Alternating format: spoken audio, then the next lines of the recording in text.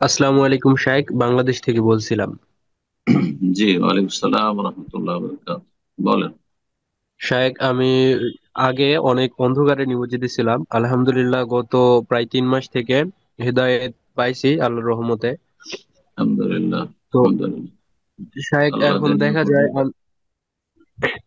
আগে যে পাপে নিমজ্জিত ছিলাম এর জন্য আমার বন্ধু বান্ধব এবং এলাকার যারা, তাদেরকে যদি ভালো কোনো কিছুর কথা বলি তাহলে আমাকে ওটা দিয়ে খোটা দেয় যে এই আসিল, হুম, হঠাৎ ভালো হুম, হওয়ার পর এত ভালো কিছু জ্ঞান। আবার একটু দাড়ি বড় করছিলাম, এলাকার লোকেরা অনেক কিছু বলে, তারপরে আবার হুম, দাড়িটা কাটছি। এক্ষেত্রে আমার করণীয় কি এ থেকে বাঁচার জন্য?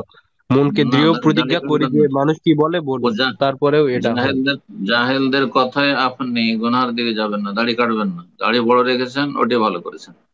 হ্যাঁ, যারা খারাপ লোক তাদেরকে অসন্তুষ্ট করে, যেমন শয়তানকে অসন্তুষ্ট করতে হবে আল্লাহকে রাজি করলে, তেমনি খারাপ লোকদেরকে অসন্তুষ্ট করতে হবে। মওতু বিগাইজিকুম, তোমরা তোমাদের রাগে আক্রোশে মরে যাও। জি, হার্ট অ্যাটাক করো। কথা বোঝা গেছে?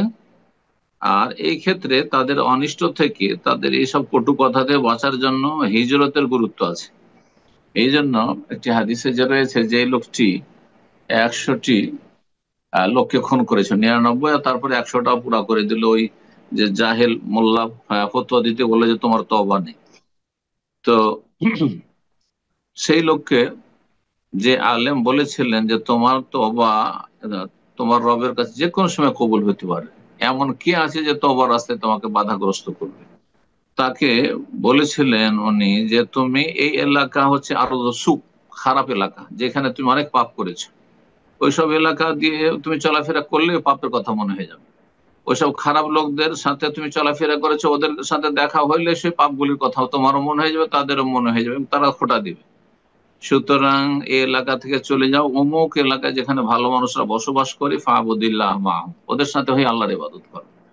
এই জন্য আপনি যদি ওই এলাকার কিছুদিনের জন্য, 2 4 5 বছরের জন্য ছেড়ে দিয়ে অন্য এলাকা, অন্য অঞ্চলে গিয়ে আপনি চাকরি বাকরি করেন অথবা রুজি রোজগার করেন, আর তারপরে সেখানে ভালো মানুষদের সংসর্গে থাকলেন, আলেম ওলামাদের কাছাকাছি থাকলেন, দিনই দর্শ নিলেন, দিন শিখলেন, আর তারপরে তখন হয়তো প্রয়োজন হইলে সেই এলাকায় আসলেন, আপনার সেই গ্রাম অঞ্চলে, এটা বেশি ভালো আপনার জন্য। বারাকাল্লাহ।